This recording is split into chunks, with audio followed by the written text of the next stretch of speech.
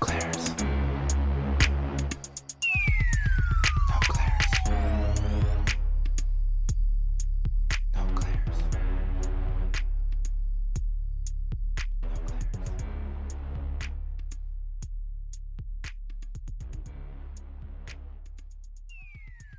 What's up, everybody, and welcome back to the No Clearance Podcast, where we use hip hop and R&B as a catalyst to discuss life. I am your boy T from the DMV, repping Prince George's County. I'm here with the legend himself, Jay, straight out of Somerville. Jay, how you doing, bro? He ain't saying nothing. Good, man. Can Just you, tired. I'm talking, man. What are you talking about? I don't know. I didn't hear anything. When I said how you doing, it was like a pause. It was weird. Oh, dang. We gonna put this in the episode? Yeah, man. Anyway, hit the subscribe button, hit that like button, rate, review, all that good stuff. We got a new 5-star review this week. For real? We got a new one. Yeah, it's a long one. It's a good one. I was like, oh shit. We get one every week now. Y'all really be listening, bro. Y'all really be listening. I appreciate it. Well, go ahead and read it every week, man. You want me to read it? All right. This one, I had to look this up because I don't know. He said something. I don't know what it is.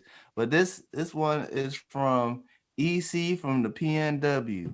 I'm assuming it's the Pacific Northwest, but I'm not 100% sure. I had to look it up. He said, dope pod. Listening from the West Coast, the PNW to be specific. The pod is dope. Love these guys' style. They seem like cool dudes to talk. What do you say? Cool dudes to talk hip hop with. They take a unique approach in trying to talk. Boy. He wrote trying in hip hop. He said they take a unique approach in tying in hip hop with real life conversations. I just tuned in, so excited to listen to the back catalog with the hand emoji. Fire. Look at that. Shout out to EC from the PNW. I'm assuming it's the Pacific Northwest. So like Washington, Oregon, Northern that California. Area. Northern California. So like, bro, we got listeners on the West Coast, fam. Yeah, we got listeners all over the world, bro. Let's go. International. We got to show the numbers one day. But that's dope, averaging, man. We average about 50 some listens a week. We need to grow that number. So help us grow that number. You feel me? That's right. Spread the word. So let's get into the show, man. Our Black Women Crush. Now, thank you, Black man. This week I got to pick the Black Women Crush. You feel me? My Black Women Crush for this week is Tiffany Haddish. Shout out to Tiffany Haddish, man. Tiffany Haddish won a Grammy for the Black Mitzvah. Oh, her Netflix special? She won a Grammy for a Netflix special, Black Mitzvah. She is the first African-American woman to win a Grammy for that category since Whoopi Goldberg. Wow. Yes. She is also the author of her book, is it the first Black Unicorn? Black Unicorn. Yeah. I thought I wrote this down, but I don't think it's I wrote Black Unicorn. And she's been on a ton of stuff. I am a big fan of her from the Carmichael Show. She got her real big break from Girls Trip. She's on another show I love, The Last OG, Night School. And she also did voiceover on the Lego movie. She killed it in the Lego movie. She was singing and shit. She was singing and shit. She was the bad guy, the main villain. I gotta watch that one. She killed it in the Lego movie. That's awesome. She was in an episode of Bob's Burgers too. By the way, she's dating Common. Yeah, she is dating Common. More power to her. And then I remember when she cut her hair off. I kind of thought she was going crazy, but it looked good. She, you know what? She really partnered it well with some good makeup. She stepped up her dressing game because she wore that dress for everything for like a year. I didn't think it was. I was like, all right, I'm over the joke. I respect it though. I mean, after a couple of times, but you wore it too much. It was like, all right. She also has her own production company called She Ready. She's killing it. Congratulations to her. Girls Trip put her on.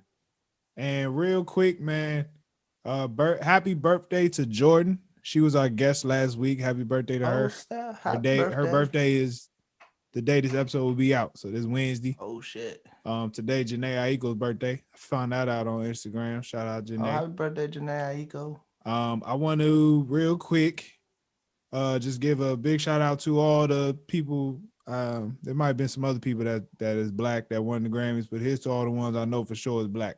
Congratulations to Meg Thee Stallion, Katrinata, Beyonce, Blue Ivy, Lettucey, Her, Thundercat, John Legend, Anderson .Paak, Nas, Jonathan McReynolds, Molly Music, PJ Morton, Kanye West, and Tiffany Haddish. Shout out to those Grammy winners. Kanye West won for Best Gospel Album. Jesus is. Yeah, like there was probably a better gospel album out. Brother, I don't. No, you know what? Sunday Service Choir should have won Best Gospel Album. Yeah. Either way, Kanye Kanye would have won. Jesus Christ wasn't he really did. it. The man released it before he finished mastering it. Like he dropped before he finished mixing it, and then he fixed it later. I mean, it wasn't terrible, but Sunday Service Choir I listened to way more than Jesus is King. Yeah. So, I don't know why he won, but that. It was weird. The man won another Grammy. Good for him. Good for him. All right, man. Jay, who was our thank you black man? All right, so my thank you black man this week is the late, the great John Singleton. I picked John Singleton because I started watching Snowfall, and I'm all caught up. And have you watched Snowfall, Tyler? I'm not all caught up. Been watching season 1. Oh, you watched season 1? Wait till you get to season 3. My favorite scene. I'ma say it because it's fucking hilarious. But he was like, he in the car. He's like, just because you don't like the weather. You don't like the way another nigga talking. You gonna ruin this because you don't like the way another nigga talk. He was like, you really gonna try and ruin it? I built this brick by brick, and you wanna ruin it just because you don't like the another way to talk. Oh shit, bruh. I don't even know what happened, but I get it. I see why he upset. Yes, because niggas get mad for no reason. And then it gets quiet. It goes, drive, motherfucker.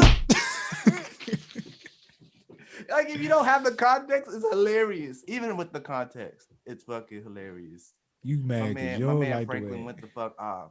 He was sitting in the car. Wait, season 3, episode 9 specifically. I'm gonna just go watch. Watch that scene. He's sitting in the car just sweating, breathing heavy. It's a heat wave. He breathing heavy. I built this brick by brick. And you want to destroy everything I made just because you don't like the way another nigga talk. The way he did it, he goes, you don't like the way another nigga talk.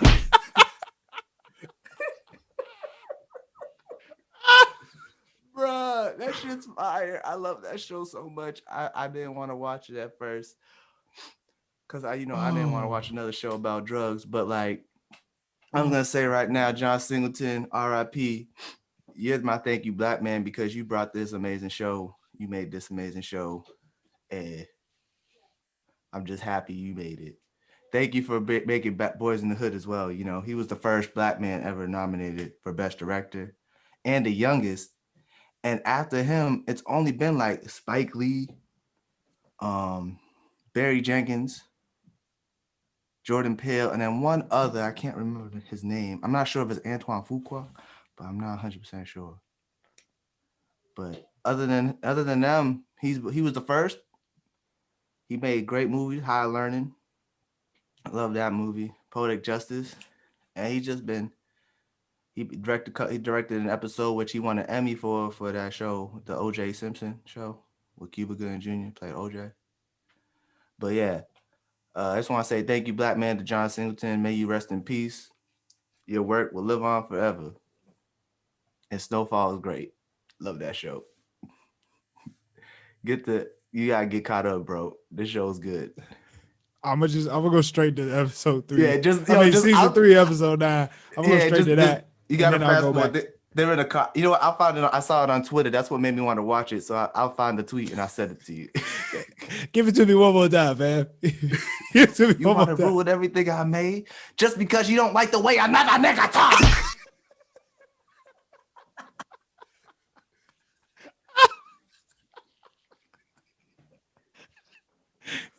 That's an award-winning scene right there. Yo, my man, the dude played Franklin. He acted his ass off in that show. The character development in that show is just so amazing, bro.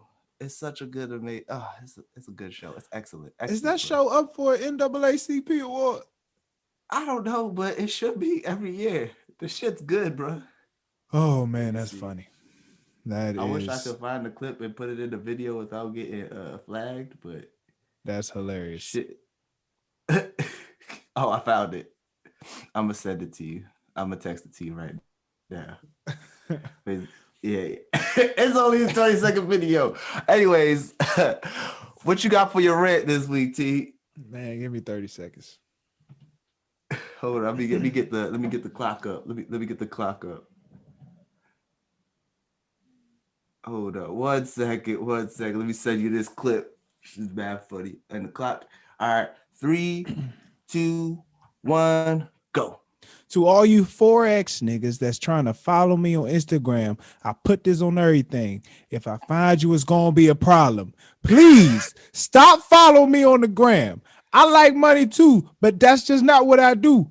I put this on everything, fam. Nobody does it. I'm sure there's some people that may, but it's not me. So don't follow me. I'm sick of this. I'm really sick of you niggas.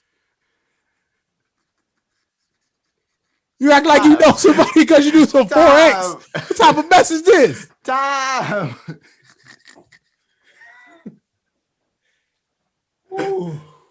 You good? Oh my God, that's hilarious. Nah, bro. I mean, I'm sure it's a bot, but there's two different like types of people that have been like, I've been getting these follows on IG from the 4X traders, and them fake Instagram hoes. Yo, the fake Instagram hoes is so annoying. They stay following me. You know, I got a message from one talking about, oh, hey daddy, you need a sugar mama? Nigga, no, you look dusty. That was upsetting, bro. It's always upsetting. All right. Yeah. Dirty joke of the week, fam. All right, this one. All right. All right, here we go. How is sex like a game of bridge? How? How is sex like a game of bridge? How is it? Oh. If you have a great hand, you don't need a partner. It's a masturbation joke. It's the lowest kind of joke, but I like it. I've never played bridge. I don't even know. That's what I was about to say. I never played bridge. Yeah, I don't know how it works, but because I honestly thought you was talking about something else. I didn't know you talking about cards. Just because you don't like the way another nigga talk. Hey y'all, we had an amazing conversation with one of my good friends, PJ. It gets deep. Yeah. It gets deep. I think it was necessary. Yeah. I learned a lot from him. And then it gets funny. Yeah. It just goes all over the place. Yeah, we kind of talk about A Seat at the Table by Solange, but kind of. We kind of did. We kind of didn't. We talked about For You by Us, FUBU. And now went into a deep. That was the whole point of this. That's the whole point of this podcast, is to stop the music and go into conversation anyway. Exactly. So look, I enjoyed it. It's a good example of one. It. Yeah, it's a good example of what this podcast should be. Yeah. Shout out to PJ for coming on, man. Thank y'all for tuning in, and hope y'all enjoy. Thank y'all for tuning in. It's not the end of the episode, it's the beginning. I still thank them for tuning in. I appreciate y'all. Stay black. Keep y'all. Listening. Keep watching. We about to flip over. That's right. PJ about to pop in the screen in like a few minutes. That's right. Here you go. Peace. Peace. Man, we here with a special guest today. I ain't nobody. Not yet, at least. Everybody, beat- somebody. That beat that y'all hear every episode. Yep. The official No Clearance podcast intro. Yeah. Produced by this brother. He is a Morehouse man Yes, I am. 2016. representing PG County. All day. Right now doing one of the hardest jobs in America, a teacher, as a black man. That is tough. We got my brother, Road Dog. One of the craziest folk I know. But he get it. This man will drink you under a table. Drink you under the table any day of the week. It's my boy PJ, man. PJ, yo, how you doing, bro? What's going on, everybody? I don't be drinking like that, though. Full disclosure, I don't be drinking like that. You know, I like water. let me just say, I went to go visit my boy, and we were drinking, pretty much drinking all night, and by the end of the night, he was like, "Bro, let's play 2K." And we started playing 2K, and I am nodded off. Like I can't keep my head up, and he would just let me get 5-second violations. He'd be like, I got the ball back. Bruh. Yeah, he couldn't hang. He couldn't hang. It was like, but you know, dude, partying in New York is a little different anywhere else, man. We don't go to sleep. I guess so. You'll have me up till like 5 a.m. after Tyler's wedding, just sitting there talking about take another shot. I was like, another one. It is 4 a.m. I gotta leave today. Shit. Hey man, Tyler only gonna get married one time. So that's You're right. You're right. That's right. Get married one time. That's right. You're right. You ain't going nowhere, Drew. You stuck. Yeah, we had to live that one up. You know what I'm saying? Well, all of us get married. It's only one time. Yeah. True. That's right, man. I know we going off topic, man, but I heard one of my coworkers told me that they going through a divorce today, bro, and it was just like, what? That's tough. Yeah. They got married in 2019. Damn. That's only 2 years. Bro, that quarantine been rough on relationships. Quarantine gonna tear. Golly. Quarantine tore them apart. You ruin their routine, they can't last. Quarantine it's either 4 things. Either, the relationship got a little better, a divorce, somebody had a baby, or somebody proposed. There were so many babies being born next month. It's crazy. Oh, man. But how about all these proposals in the past 8 months, bro? You right. Shoot, I proposed. Y'all two a part of this? Man, ain't that? Now, let me ask y'all, though. Was it? I don't want to say no names, but I seen homie from Potomac that went to Morehouse. If you catch my drift, I think I know you're talking about. He got 2 letters in his name, just like me. But the first one is the first letter of the alphabet, and the second one is the same letter that I got in my name too. I guess everybody my real name on the Zoom, but he just got engaged the other week, and I'm like, wow, bro. Everybody, we just growing up. It's a little crazy. But let me ask y'all though, because I've joked around and be like, Corona got too many of my dogs proposing.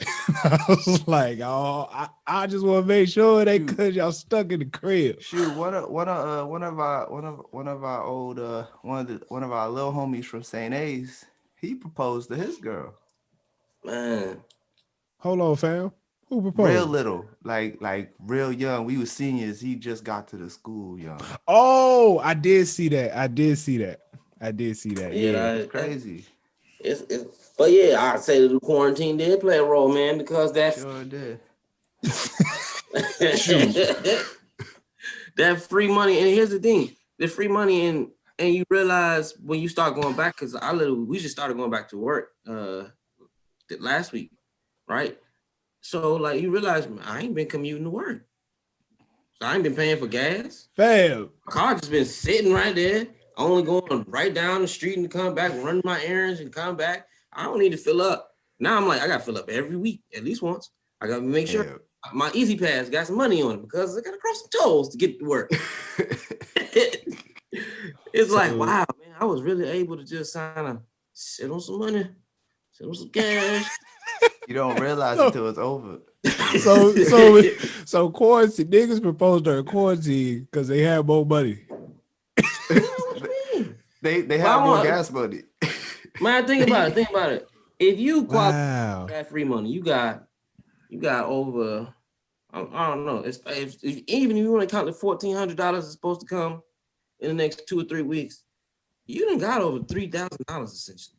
Then we're not even talking about tax returns for those of us, those of them, because I already popped the question. But the other Negroes that are like, I'm gonna wait till my tax return come back. I'm gonna start feeling real embarrassed when these dudes start pulling up their girlfriend with the big old rocks. I'm like, I know you don't make that much money, but get up all that free government money. I know.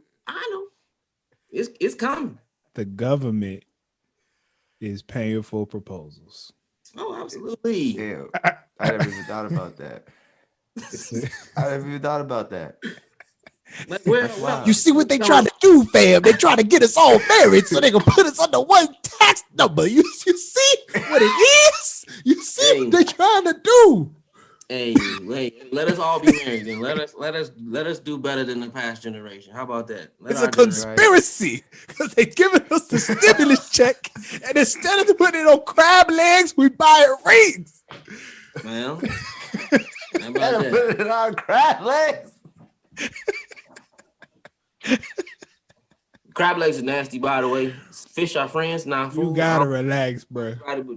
From Finding Nemo, but fish are friends, not food. Don't eat no fish. Nah, you've always been the pickiest eater, though, fam. Man, but I've been doing a lot more, man. I've been doing a lot. My fiance, she come from a Trinity family. You know what I'm saying? So I be doing a lot of curry days. You know what I'm saying? Curry goat, curry duck. Curry duck. I ain't never had curry duck. I ain't had the duck yet. The curry goat, that shit's fire.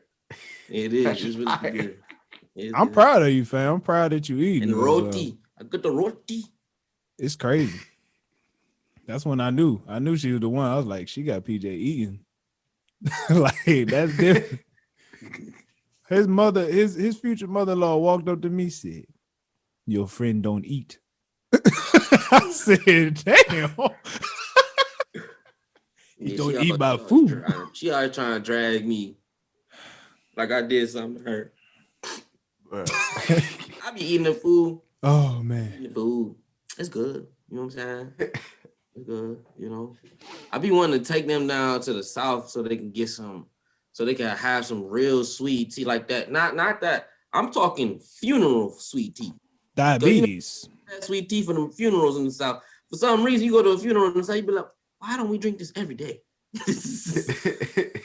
And I'm telling you, and you know what I'm saying, all praise and all love to the ancestors that we have lost, but I'm sure there's been some great sweet tea being drunk in the South over the past few months, man. Oh, we got to get some of that sweet tea, man. Oh my God. I'm dead. I was, ain't nothing like when you go to a funeral, like you look forward to that repast. You be like, look, yo, man. the repast be always be in my family at least. Everyone be getting drunk. Well, you know the food gonna be fire. The fried chicken. The food's gonna be good. And that fried chicken, it'd be like, what's wrong with Popeyes? Popeyes do not do this right. Talk about secret recipe. Y'all need to switch out. Whose recipe is this? They be busting at the funerals, but I'd be like, what in the world? Why do y'all save this food for when they die? They should be eating this food. Y'all told Hey, but look though, like the funerals are going to. We cater McDonald's, man. Why are we doing this gourmet fried chicken, macaroni and cheese with all the secret ingredients, the collard greens that they got that chicken bone in it? You know what I'm saying? What in the world? What's going on? The funerals I'm going to be like small churches in Philly. So they be had out the food like only one piece at a time. And I'm looking at like one piece at a time. You gotta pretty much get up, like go put a plate down, get up, come back, walk all the way around the joke. I'll be like, oh my goodness. Oh no, man. But speaking of Southern food, speaking of the South, we speaking on Solange today. Yeah, We yeah. speaking So long. on a seat at the table, a project that I don't think is underrated. That project was fire. I enjoyed it. All right, But I just it want to make reminded me sure. why I didn't go back to it for a while. Really, It makes me sleepy. It sounds too somber. Yeah, it's a lullaby album. Yeah, I was like, Full this is lullaby. putting me to sleep. It's not that it's bad. It's not boring. It's just like the music. It's like that type of music. Like you said, Yeah. lullaby. as a whole, Yeah. I can see why. I can see what you say. Why you I would work say at that. night, so I listen to it at night while I'm at work.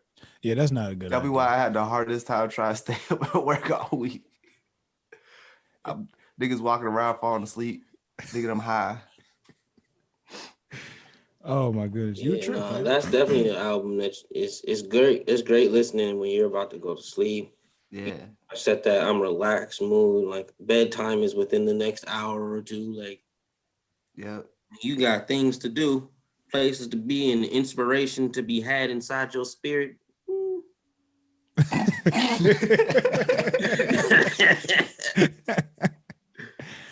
Well, I truly enjoy it, man. I enjoy the album. I don't know. I like that. I like listening to that on my morning ride, but you know, I that's see where another y'all way. coming from. Listen to it in the morning. You It's a don't want to morning. listen That's to a something it's like a morning through the end of the meditation. day.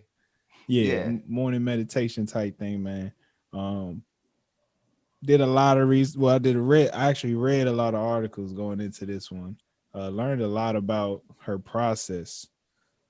She recorded this joint in New Iberia, Louisiana. That is apparently where the Knowles family is originally from. You know, when Beyonce recording in Louisiana, I mean, you know, had her videos in Louisiana and stuff. Crazy story. Is that where Creole people come from? Because you know they Creole. Yeah. Not I like think from so. Haiti, but like I'm not- Creole yeah. from like Louisiana. I think so. It was a crazy story about her grandfather. Her grandfather was a miner in New Iberia. Apparently, there was an explosion in the mine while him and some other people was in there. The cops said no survivors. Damn. They didn't believe him, and they went and they dug their grandfather out. He was still alive. That means they didn't even look. They just look. Oh shit! Everyone dead. They didn't even try. They just like, damn, no one could survive that. That man was still alive, and they dug him out. And so they ain't want no more controversy, so they moved to Houston, Texas. Oh damn! I was like, this is that. That's a way to move. Why would they want why would it be controversial if he lived?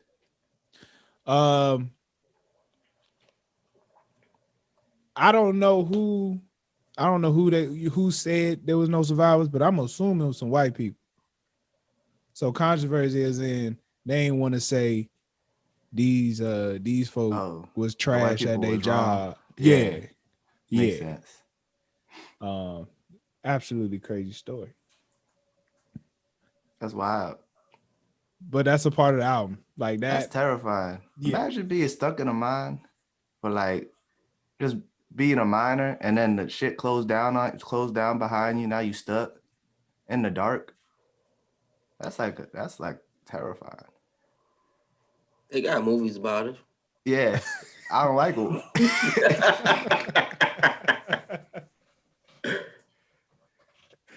I'm glad we don't got to do that type of stuff no more. Yeah. Like, you know, it's really bad for your lungs to be a miner. They be dying from like mesothelioma and stuff. Is it mesothelioma? They be dying from a dead economy. Yeah, black lung and shit. They ain't getting money. No. Black lung, that was the joint. That's what that joint was. God dang. Yeah, but it's interesting. It's interesting though, because for so long, that industry, and it still is, you know what I'm saying, one that funds a lot of families from it. And, you know, just to know that Beyonce and not Beyonce, because we're not talking about her, but Solange and the Knowles family comes from similar backgrounds is it's quite impactful, and it clearly takes a hold of her music, and you can see it in the way that she carries herself. You know what I mean? Like her specifically. Yeah, Solange. You know, Makes sense. this album, this was probably the first time I was like, I'm listening to a Solange project or a Solange song. I kind of knew she was making music before this album, but nothing ever really caught my attention. You know what I'm saying? Yeah. I tried to listen to some I just knew projects. she was in Johnson Family Vacation. Bruh, why that just hit me? that That was like a big thing. That was like Yeah, Beyonce it was. sisters in that movie. Yeah, that was like a selling point. That was why people saw that movie. Yeah. Yeah. Like I remember. You think they saw it for Bow Wow? Nope. I saw it for Cedric. That too, but they was like I saw that movie for Solange for sure. It was like, oh my God, Beyonce has a sister. Yeah. Like, oh, her sister's kind of dope. All right. And she had that Introduction to movie. Solange. Yeah. That was a heck of a movie, low key. Didn't they try to make a second? I don't know, but no, that's a different movie. That's Welcome Home, Roscoe Jenkins. Same thing, kind of. It's not the same. Oh, it is family reunion. It's a family reunion. There's a reason why we don't see that movie on TV no more. Nah, bro. I just remember the dogs humping at the end. That's the only part. I was literally about to say that, bro. The little dog was on top. The dog came and boom. Kind of gross, but okay. Yeah. Monique was just fucking up Martin Lawrence. She just kept giving him the hands the whole movie. Put a knot on his head. Bro, that lump was funny as hell. It was like, why you all? Oh damn, Roscoe got a titty on his head. Oh my goodness. Oh my goodness. What were you gonna say, Tyler? Shit.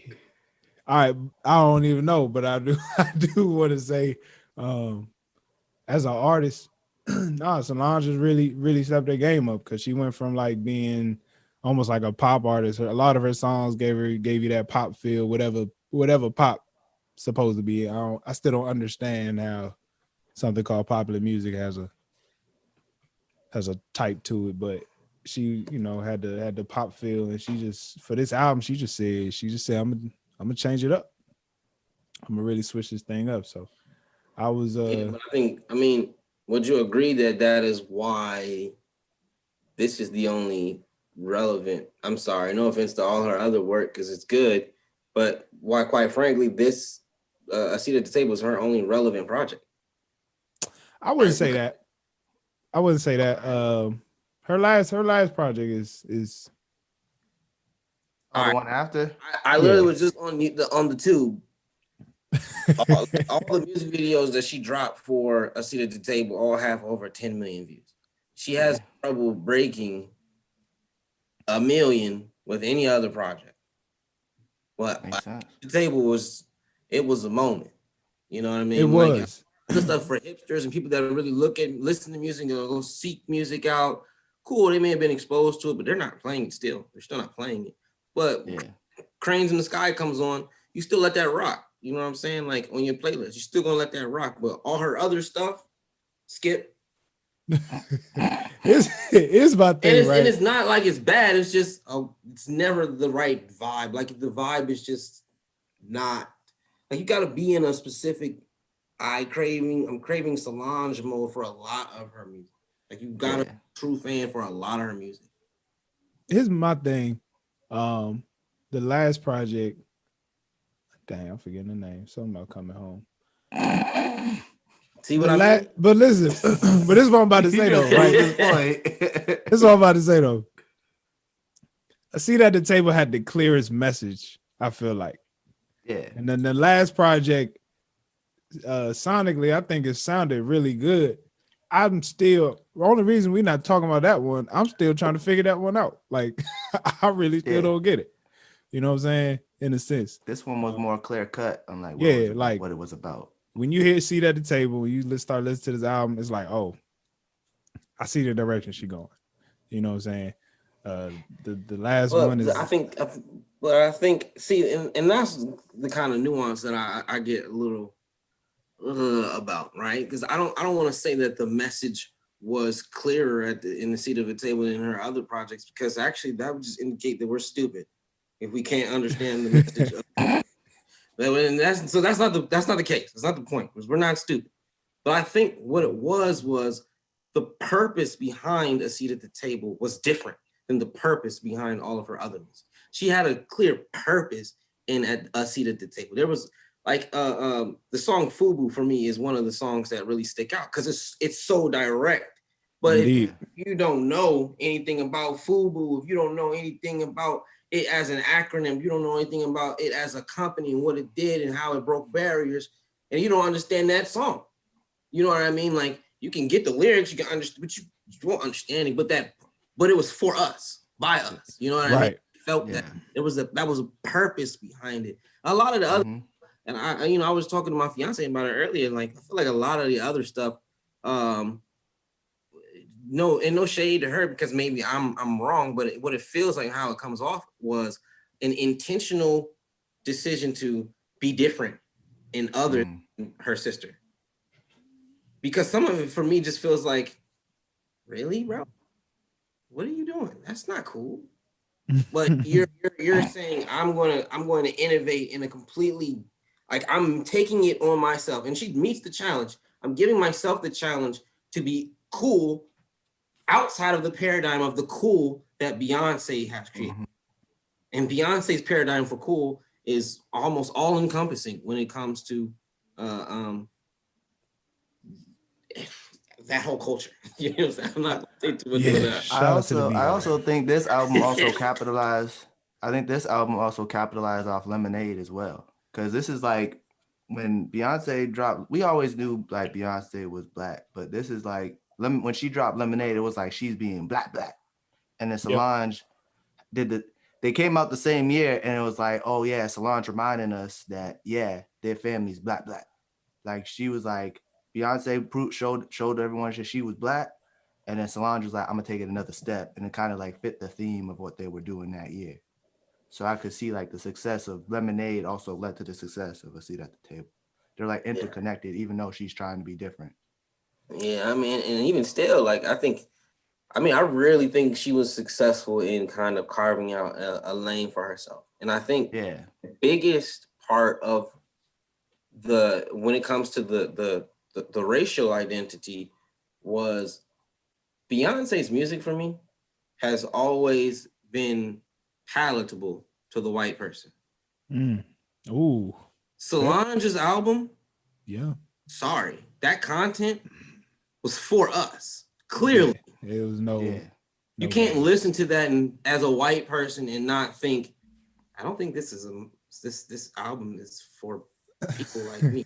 But a white person can literally, they can have a Becky with a good hair in their Becky with a good hair life. That can still be for them. They can still hate another white girl or another white boy that has the same physical features that Beyonce's talking about. They can agree. They can sing those lyrics and it actually come from their perspective and their point of view, because it's palatable for them. It crosses that barrier. A Seat at the Table does not do that. This doesn't do that. I gotta give essentially. I gotta give Solange a lot of credit for this album. For one, every song written by her. I think she co-produced on every song. That the videos, like the visuals, she choreographed like everything. Like she pretty much, I mean, she had her hand in the whole thing. Like, it was a clear vision, and she really brought that out. You know what I'm saying? I remember seeing her in at the Broccoli Fest. Bruh, amazing performance. It's like her. She got her 3 musicians in the back, like two people playing the trumpet, one dude playing the trombone. They got their steps. Like, it's like a real old school feel. And she just embodies whatever she's doing, man. But I feel you on the being almost opposite of Beyonce, even with, like I said, like the visual aspect of it. Her dance moves aren't like pop it, twerk, nothing Yeah. crazy. It's just some real like slow, Not subtle once movement. has the thought of in come in my head, oh damn, Solange is sexy. Now have I It's she's came a to really mind. beautiful woman. She's really pretty, or wow, I'm really amazed at her talent. Absolutely. But you know, Beyonce, I'll she tell you this, bro. let's be honest. What is the I don't want to gotta be careful, man. I don't want to say anything. Essentially, she is a sex symbol in the most respectable way that I can say that. You know what I mean? Like, and Yeah. she has used her sensuality to get her message across, to empower women. Solange said, I can do all that without being seductive. I can do that without wearing a leotard that goes way higher than the traditional leotard goes. Right. Well, you know, not a leotard, not a leothong, right? Again. With all due Nothing wrong respect, Beyonce. Yeah. Right, With all due respect. With all due respect. You know what I'm saying? my I mean, goodness. they made that thing popping. She made that hot. You know what I mean? And Beyonce has her own power in that. Solange didn't even. It seems like she doesn't even try. Like, not in a concerted effort of, I can get my message across. I can empower people. I can encourage people to be different. Because I mean, Tyler, you and I grew up with some girls who would primarily say Solange is an icon over Beyonce, and we see how different their style is in comparison to girls who think Beyonce is.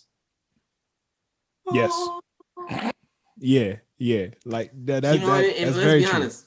Some people think Beyonce is Like God. I mean it, and you don't get that. You don't get that kind of worship from Solange's fans, and I think that she wouldn't have it any other way. At least that's what it seems. It's the vibe that I get from her music and her art form. Like, she wants to be an artist. She doesn't want to be a god. Yeah, she's a clear artist. Yeah. I will say though, you know, I follow her on the gram, and you know, she does have You a. found you her know, on the ground? I've been, bro. It's Saint Records. Saint Records. Oh, Yeah, Saint Records. That's Solange. I've been following her I did not know that. pretty much since the seat at the table came out. You know what I'm saying? She fine. Look, bro. Hey, look, when Fabulous said, if you can have Beyonce, would you take Solange? I was like, yes, give me Solange. I will take Solange. We just gonna blurt this out, man. Drew gonna kill your ass, man. He will not take anybody other than his wife. Just that's right. I was talking about hypothetical. This is strictly hypothetical. Black men don't, remember that, ladies and gentlemen. Yes, black men don't cheat. Black men don't. Hey, which was another reason. Hold up. This is another reason why Solange's project was so awesome, because as a black man, you could listen to the whole project and not feel like, wow, you really think I'm a POS? Like, you really see my value. You really see my potential. You really see that, hey, I may be an imperfect human being, but within me exists the power to exceed all of your expectations and then some. You know what I mean? Like, but you can't listen to Lemonade. You can't listen to any of Beyonce's whole projects and not get at least one song where you just feel like, as a black man, oh my God, who hurt her? Speak on it, brother. Speak on it. I'm just saying. So that's why I felt as a guy, if I was playing Solange's album, speakers blasted, windows down, I ain't feel ashamed about it at all. Not at all. There's some records of some females that you just, some women that you do not want to be caught with the windows down. Yeah. Windows out your car. Bro, were you okay? It took me a long time to like start listening to Sorry off the Lemonade album. Or even just half of the project took me a while to just be able to come back to that. You know what I'm It saying? took me a while to listen to that album. So Yeah, it I was. feel you. It like I said, so it gives you the vibe through the whole thing. You know, who hurt this woman? Yeah. And the sad part is, we all know who it was. He was like, damn, Jay. Damn. The messed up part about that is, you know, we change the subject, but no matter what Jay-Z does, for a lot of people, he just the man that cheated on his wife. Like, but to keep it on the subject, he's also the man that Solange whooped his ass or attempted to whoop his ass. that's the She truth. got him. She ain't play no games. She got a couple shots. She got like 1 or 2 slaps. It was a couple jabs, bro. Yeah, she did. He was like, oh, he was bobbing and weaving. Jay-Z had to go South Philly style. Listen, you can always consider it an ass whooping. He's playing. But watch this. You can always consider it an ass whooping if your wife is right there. Stop it. If they get one hit off and your wife just sits there and looks at you, you done already got your ass whooped. It don't matter if you win the fight afterwards. You got smacked while your woman was right there. Did nothing. She didn't care. Shoot, the bodyguard could not hold her back by himself. I'm over here like, listen, no. If Beyonce is literally Beyonce over here. That's because Beyonce sent her. Beyonce was like, get him. That's what it was. Beyonce was like, you know my sister crazy, get him. That's hilarious. That's hilarious because she was sitting there like unfazed. Yeah, Like, you know Beyonce probably very grateful to have a sister to still keep it real. Yep. Because that's real. I mean, hell. And I would expect that any family member, something like that go down, I say, mess them up. Beyonce knew better because she's like, I ain't gonna be the one acting crazy out in these streets. I'm Beyonce. But Solange, you can do it. Get him. Hello. Get him. This might blow you up. Get him. Hello. And it's good that Beyonce didn't have one of her random friends doing that. It was her sister. You know what I'm saying? Yeah. Right. That Beyonce actually had Solange do it, but it was good that it like see that from a family perspective. It's good that that's not a friend, but that's family. Like that's your sister. Yeah. Not no more BS, bro. You either treat my sister right, or I'm coming at you with your hands again. Period. Yep. Even if she said bad sister, you do. You gonna say, go get him, sister. You got And him. because she family, he couldn't do nothing. Yeah. Because, like, the fact that his family, like, I just gotta block this. You know what I'm saying? Can't even like talk back. You can't. No. You can't retaliate because you retaliate. That's gonna make your situation even worse, brother. Yep. You gotta Just let Julius handle it. man. That's the bodyguard's What name. I'm Julius. gonna start doing is, and this is a little tangent. We can edit this out, maybe not. What I learned is that you should invest in some Nerf guns. That way, when your sister-in-law or brother-in-law or whoever is really irking you, and they come over your space, or you go over their space, especially if there are little children around, bring in the little Nerf guns. They get on your nerves, you just shoot them on the feet. Just get them toes. Pop over. You know, people be taking their shoes off in the house. You know what I'm saying? Yeah, you get them in the toe. Shoot them on the feet. Bro, they gonna start walking to the crib with some steel toe boots. Like, I ain't Man, it taking was my the kids. shoes It off. wasn't me. That's hilarious. Dude, that is. What y'all think was y'all favorite song off the Solange album? Seated Table.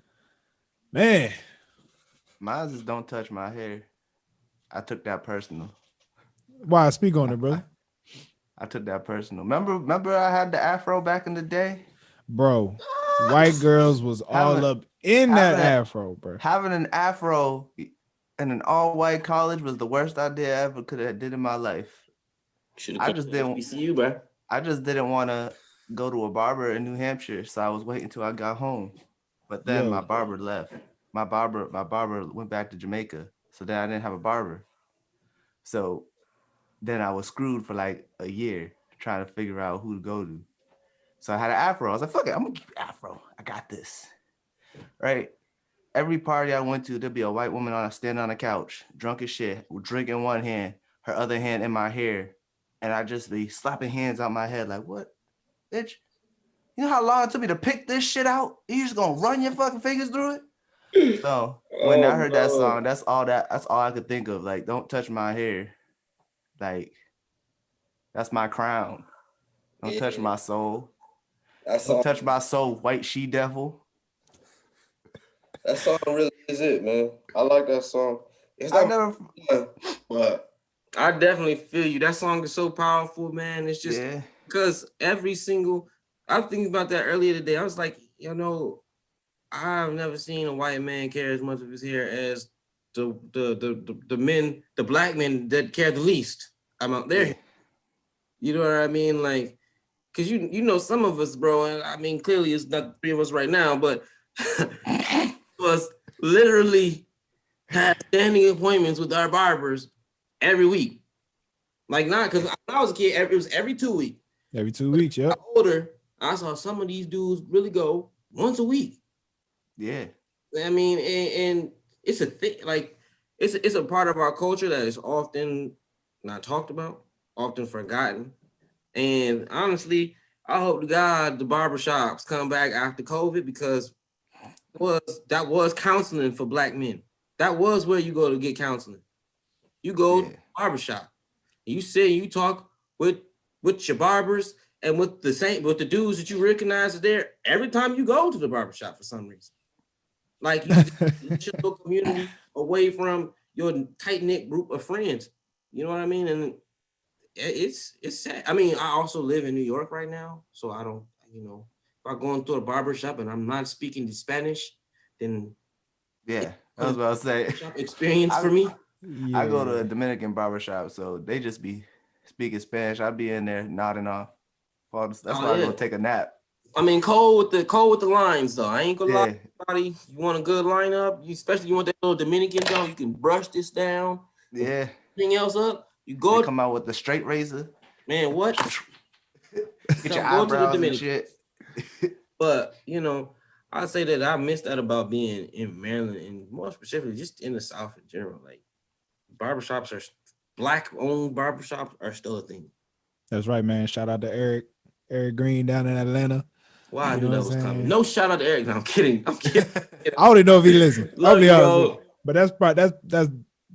I mean, no disrespect to my barber I got now, but my man's Eric is like the best barber I know. This man is your barber listen to this? I don't think so. I ain't even tell him I got a podcast yet. Oh, okay, my barber listens. But Eric is a daggone beast, man. I'm so upset he moved to Atlanta. That hurt me so bad. But, hey man, don't be. I just need to go to Atlanta. I just need to go. We get some capital. We're gonna open up a barbershop in the DMV. And we're going to have him come on up and be the manager. I like that. Or have him come up and be a senior partner. Yep. Just running. We'll give you the barbershop. We just get, 25% of the proceeds. That's right. I'm a silent partner. Nah, but I feel you on that, man. I know the barbershop. It's not even just a place to like talk, man. That's business is made there. People selling their fragrances. People selling some stolen Nike. You know what I'm saying? It's like COVID really took that away. The sunglasses, they got the sunglasses and the belt buckles in a little glass case. COVID took the one spot black men could go and like really talk shit and not feel judged. I don't know many other places as a black man you can go to talk your talk and nobody like looking at you like crazy for it. You know what I'm saying? There really is nowhere else, because the barbershop is all about transformation. Wow. Barbershop is all about transformation. And where else do we have in our community that's about trans? You can't even go to the church. Let's be honest. We you can't even always, and you can in some instances, but it's not a consistent thing where you can go to church and just in colloquial terms shoot the shits with your homies Right. without worrying about, oops, did I say the wrong thing? Do I need to be more respectful? You know, I remember as a kid sitting, I was still at the height where I had to sit in the chair. Uncle Legrand was cutting my hair, and one of the OGs in the barbershop, this is way back, early 2000s, if that, maybe even late 90s. One of the OGs was like, man, chivalry is dead. Women killed that. And that was the first time hearing it as a little boy. And I'm like, what? And now you realize as you get older, like, wow, those conversations were happening. Because I mean, we all talk about that privately, but you know, they killed chivalry. It's fine. If we do it, it's really special. And you say thank you. Just for all of our female listeners out there, if we do it, it's a good thing. Say thank you. But it was just when you get older and you do that reflection, you realize, man, those conversations have been had for a long time. And now when we are the millennials taking wives, and we have to struggle with that, wow, the lines of being a man really have drastically changed over the past 20 years, let alone the past 50 years.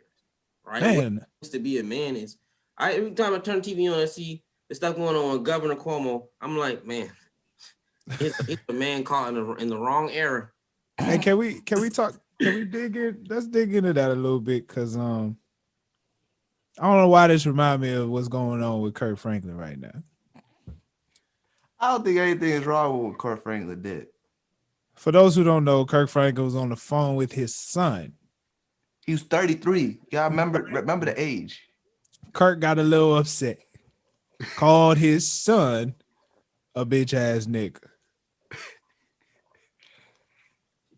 Okay. And for one, we got to know that he's 33. Remember that.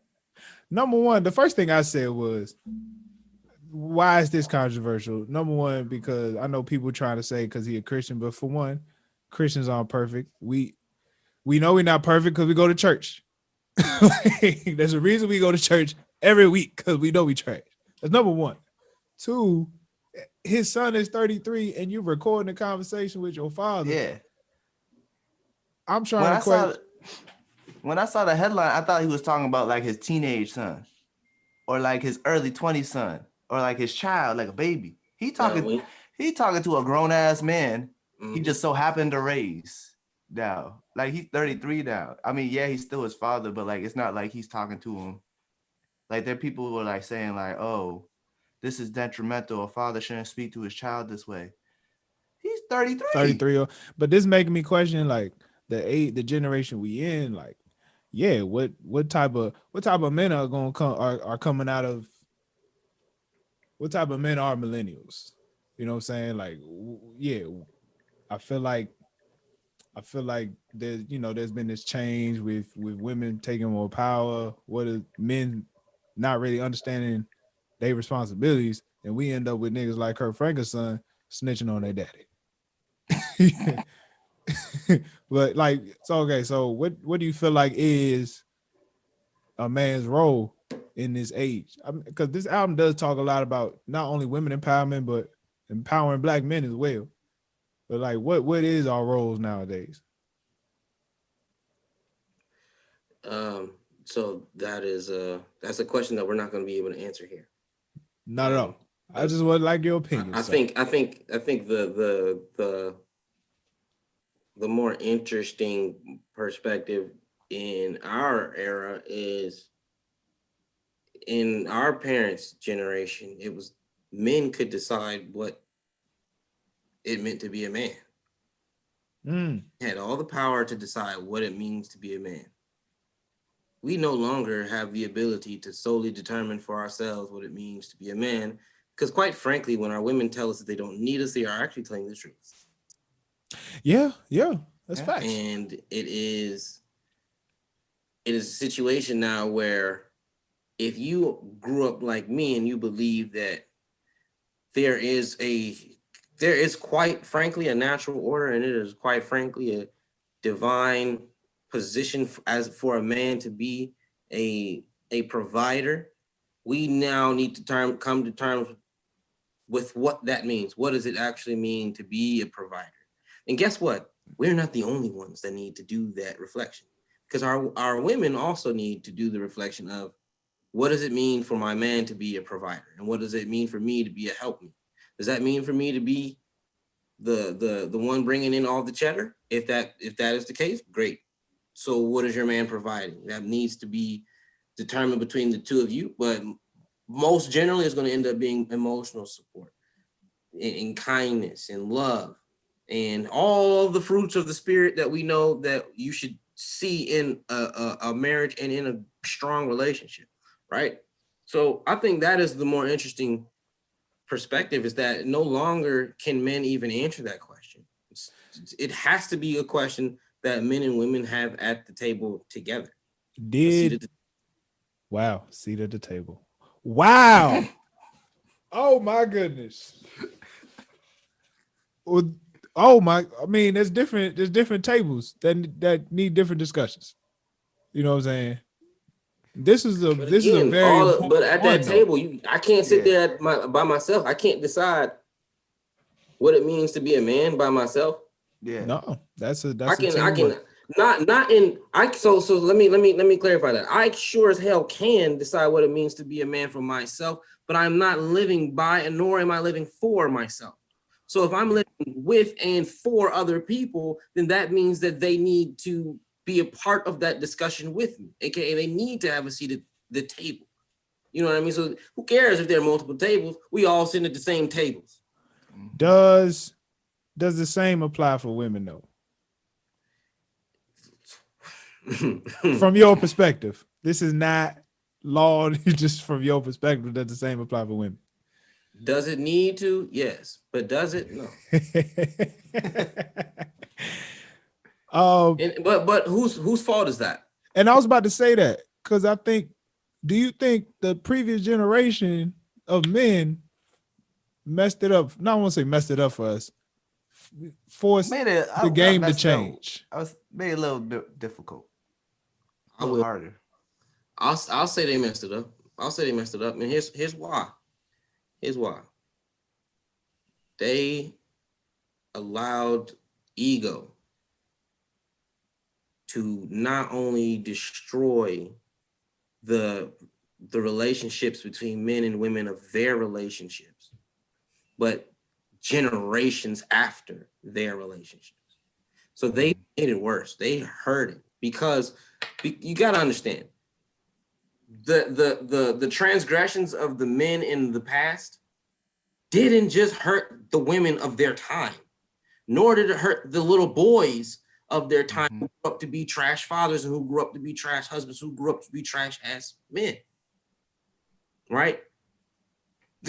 So yes, they made it worse. Yes, they hurt because their transgressions didn't just affect them, it still affects us to this day. Right? Martin Luther King wasn't the best husband to his wife. Guess what? That hurts us to this day. You may not know it, but as soon as you start getting into the empowerment ideology, that's gonna come up. Bro, if he is a better husband, I don't think he gets shot. I say this very respectfully. If you think about it, the FBI wouldn't have been leaking his stuff. No, but the FBI wouldn't have had anything to find about him. He wasn't. I mean, but then again, last time I checked, X, he wasn't in that hotel. No, he was straight, man. Malcolm X was straight. He was. They just said busy. That did you hear the FBI was like listening to the tapes of Martin Luther King and then listening to the phones of Malcolm X? They was like, Malcolm X is boring. Like they bug all his rooms. They be like, damn, Malcolm X literally just goes to work. That's what you gotta do. Then go home and go to sleep. I did see that he actually was quite boring of a person. Yeah, and they were like, Martin Luther King was like, he had the women coming through. He had stuff going down. But you see, that's and here I'll make the point even clear, right? let's just use the church as an example. Let's talk about it. How the transgressions of one generation really pour into the future and the next generations, right? Why on earth do we not have all of the black leaders in the past came from the church? Came from the church or Facts. the Nation of Islam. Facts. Religious organizations. And if that word religion just gave you anxiety, spiritual organizations. We lost trust in them somewhere along the way. Yeah, Did not embark on the work of earning forgiveness. And not earning forgiveness because they should have taught us how to forgive in the first place. They should have taught us that, hey, not just us, all of our generations, they should have taught us that actually forgiveness is not for them, it's for you. You don't need to make them feel bad. You need to let it go. Cancel culture. or even just being Like, where does cancel holding it culture in, come man. from? What is that? Oh, that's from the y'all can't church. just let things that you don't agree with go. Cancel culture from the church for sure. I could never understand how people get kicked out of a church. You know what I'm saying? Yeah. Like a place where it's supposed to be bring the worst of you, you know. Like I could see even something happened with this is the white dude, Pastor Carl. This dude, Pastor Carl. Carl Wentz, right? Carl Wentz. He got fired and had to lead a church. It's like, all right, I can understand stepping down as a pastor, but to say like you can no longer be in this house is that's the thing with like Jehovah's Witnesses too. Like if you do something, because I remember Charlemagne was talking about how his dad was a Jehovah's Witness, but then he was cheating and doing drugs. They excommunicated him. He still go to church, but no one in the church could say hi. Yeah, like they can't talk to him while he's in the church. Yeah, a lot of this does come from. You know how awkward that is. You see someone, you be like, oh, I can't talk to them. Let's imagine, they still come here. You know, and that's man deciding that it's man's job to inflict punishments. So like, with all this cancel culture stuff, like they just like be digging stuff up from the past. Like they didn't do that shit like 20 years ago. You're not the same person you was 20 years ago. You're not the same person you was 5 years ago. Right. So now nobody can lead. It's hard to find somebody that to even lead the pack. Like our leaders today are hip hop artists. I mean Jay-Z. But I wouldn't even agree with that because they are cultural leaders, but they are not thought leaders. They are not thought provokers. They're telling us exactly what we already know is going on. They're not. And here's the deal. It would be different if there were more J. Cole's in the world, but there hasn't been another. There hasn't been another J. Cole, Kendrick Lamar, Wale in a few years now. And I don't care if you want to say that Lil Baby got bars or Lil whoever got bars, this, that, and the third. They're not inspiring. They're not trying to encourage you to not do what they did. They're not in trying to encourage you to be better. They're trying to advertise for the lifestyle that they live. That quite frankly, in the next song, they're complaining about. And then in the next song, they're talking about the drugs that they use to deal with the fact that, hey, this wonderful advertisement that I'm showing to you, that I'm talking about, this jewelry that I'm wearing, actually comes with a price that is bigger than and more taxing than money. They're not telling you that. They're telling you to go get the bands, go get the ice, go get the women, go get the drugs to take so that you can put your mind at ease when you realize that is not the life that you want to live. When you start chasing commercialism, you start to see how unhappy you are. So in regards to leadership, right, I will say I think at least for black men, right, a lot of the mindset has changed. So what I mean by that is when I say like a Jay-Z is a leader, and a person that was on the album, Master P. You know, a lot of it is the business aspect is a part of America that as black men we've talked about a lot, but did not have a lot of knowledge on. You know what I'm saying? And I think a lot of people like Master P is just a daggone game changer. You know, the things he was able to do. You know, now will we listen? It's a different story, but he been yelling it from the rooftops for years. You know what I'm saying? Be your owner, get a business, Okay. know your work. But again, that's kind of my point, right?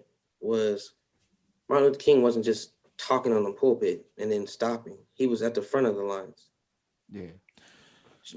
You know, Master P sits in his mansion and complains. Well, if we speak in business, that's different. I'm speaking now. If we speak business, the man, $200 million man, it's all types of entrepreneurial efforts. He's just not. I mean, when you live in a certain life, how do you lead a group of people in that manner? You know what I'm saying? I don't know. I think that whenever we start justifying why somebody is on something because of the amount of money that they have amassed, we're validating greed. Well, I wouldn't say it was money. It's like the way he moved. It was, as a black man, I know my worth. Like, I understand who I am, and I won't let nobody take advantage. Let me ask you this. Let me ask you this, though, because I love that Solange featured him on many of the interludes, but let me ask you this. Because why wasn't it Michael Eric Dyson or Cornel West or Dr. Eric Glaude Jr. or Mark Lamont Hill? Why wasn't it an actual person who has done some thinking and not somebody who just made some money? Watch this. It's fair. I don't think they from Louisiana. Watch this. It's a fair point to say that Master P moved in a transcendent way in the industry that he worked in. But what was the content that he pushed? And who did that help? Did that help? Gonna say, Yeah, I was gonna say.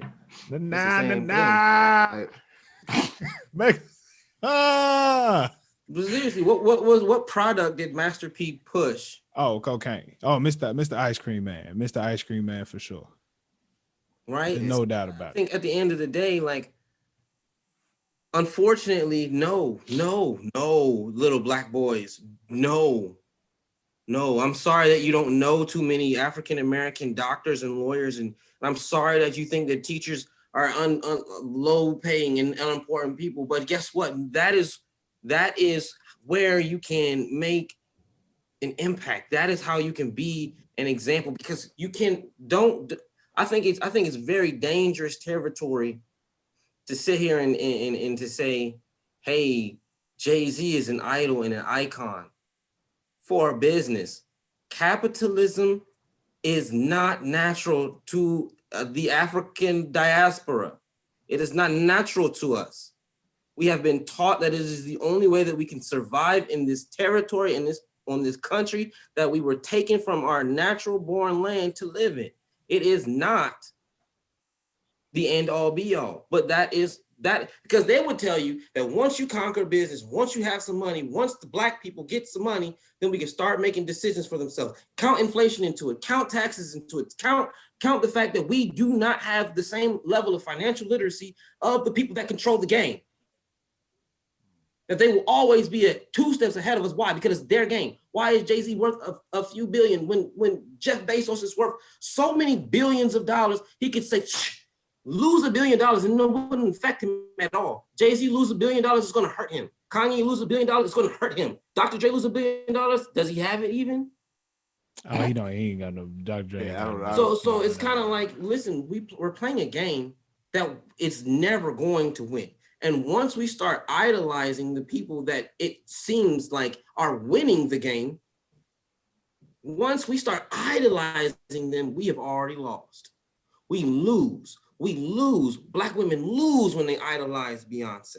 She is a great artist. Her music is nice to listen to, but do not idolize her. She does not stand for what you need to stand for. Let it go. Jay-Z is not an idol for black men. He's good. He's great at what he does. Let it go. You don't need to say he's an inspiration because he made some money, because he decided to start a company that he still, listen, he wanted to get away from the fact that only a few white people owned a lot of the music industry. Isn't he doing that too? He's just doing it, but just on a smaller scale with people that look like him. You're doing the same thing. You're playing a copycat. Copycat.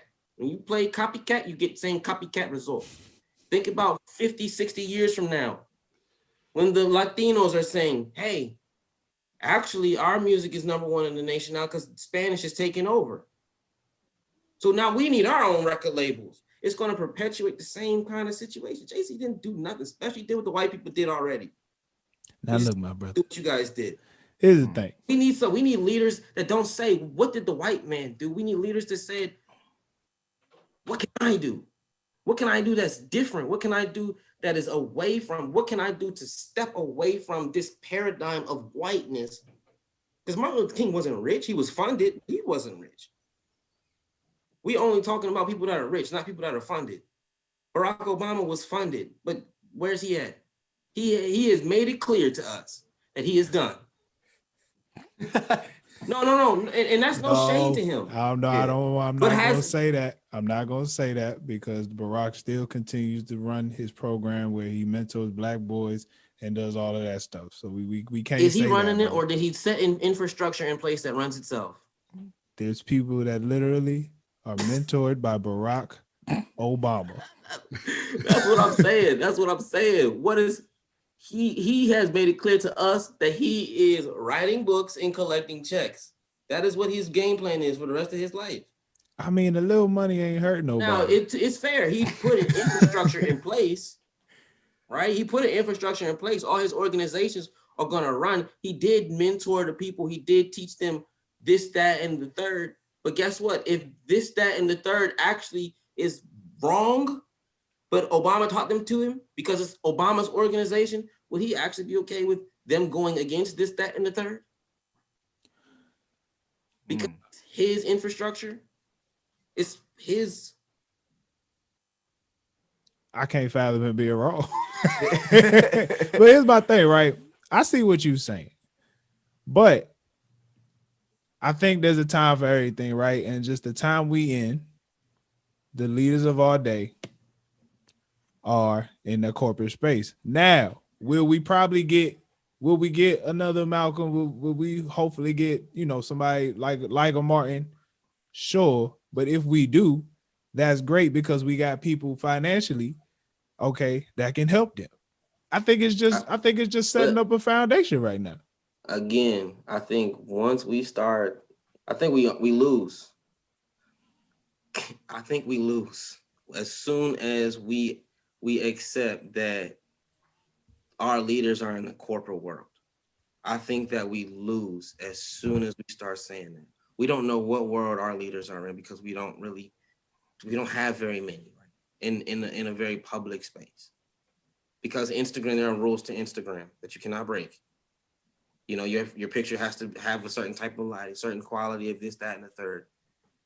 Right? Our lives are too exposed now to the point where someone would either have to wear their imperfections on their sleeve perfectly or just be clean cut all the way.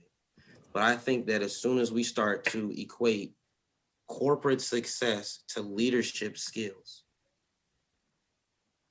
we're digging ourselves. I'm telling you, man, the game is not for us because the white person that's going to teach you how to get more money already knows that. So he's teaching you previously learned game, and he's somewhere experimenting because he has the ability to experiment because it's not going to hurt him, right? The risk is not the same. So once we start having Black people in those spaces, sure, can they help? Absolutely. But are we seeing them reject? Because that's what it's going to take for us. We're going to have to watch this. And here's the deal. Here's the deal. Barack Obama had one job for Black people: get us reparations. He didn't do that. because a lot of people would say that him becoming president was the reparations. It clearly shows you guys that Black people can do anything in this country please, let's not forget the first thing that comes to my mind all the time is Barack Obama is not a descendant of slaves. So there's automatically a more palatable level of blackness that he comes with. He is not African American by the definition of a descendant of slaves. He's not. That doesn't take away from his black experience in no shape or form. But what does it do is, like I said, makes it more palatable, more easily to accept for much of white America. Now, they would say that his presidency ended the need for reparations. Mm. He had one job. The gays got something. The That's immigrants factual. got something. Did we? Okay, people What argue. legislation did he push for black folk? Everybody benefited from Obamacare, but what did he do specifically legislatively for black Yeah, like what was People his will black agenda? argue. People will argue that we did not ask for anything. We assumed he would make the decision. The other communities that got something put in work to get it. But then at the same time, we have people. There's nobody that like who led the black community to ask for what we needed. So what we're saying is that like we just don't got nobody to ask for what we need. It's supposed to be the Black Caucus, but Yeah. who So really like, knows? so like, did they ask for anything? Like you're saying, like they did. We just didn't have anyone to ask. They had people to ask, and we didn't. We didn't. I mean, I think that there were people to ask, but I think that whole question is a sort of cop out, right? Because I mean, even your scholars like Michael Eric Dyson have a very similar critique of Obama, right? In that whenever it is said that you didn't do anything for us, he turns it back on us as far as you didn't ask me for anything. Yeah. Don't turn it back on the people for holding you accountable for that, for the fact that you didn't think that.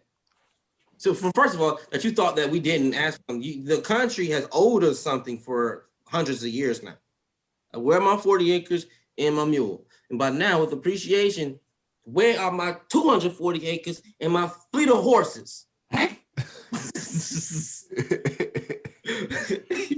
I kid, but in all seriousness, it's almost like when you're with your girl, right? And I deal with this all the time, right? She tells you that she's not feeling well, and you say, "What can I do to help?" And she just looks at you like you're supposed to know exactly what you're supposed to do, even though you really have no idea. Like my girl says all the time, you not trying is worse than you saying, "Oh, you didn't ask me for anything. I'm gonna just sit down." That's a jewel.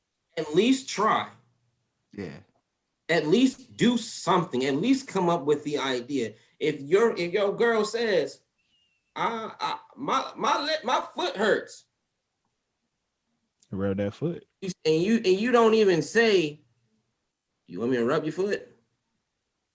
Or you don't even just grab it and start rubbing it. You say, "Oh, word, that sucks."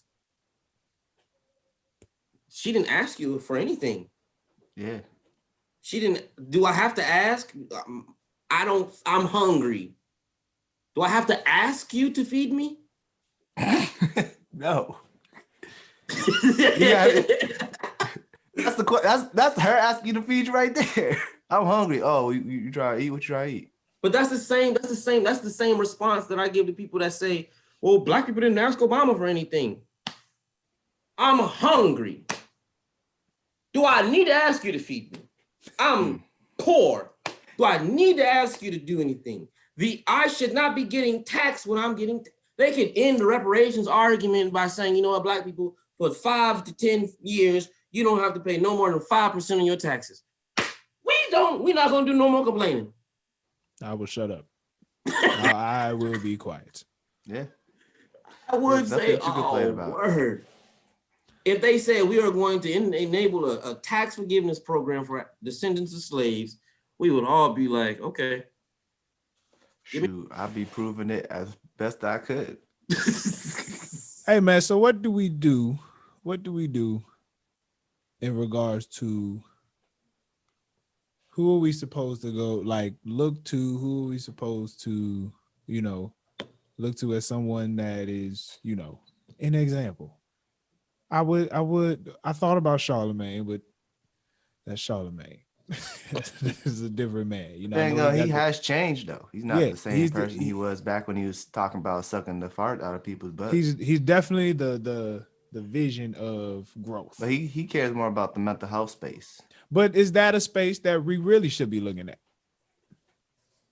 Is that the mental health? Is that the space we should really be like? What is the goal here?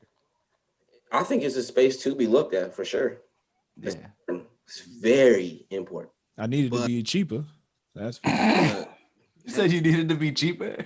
Hey man. But this is I think where the space that are the next Martin Luther King or our next Martin Luther King or next Malcolm X is going to be. I think they're going to be in the space of I reject the system.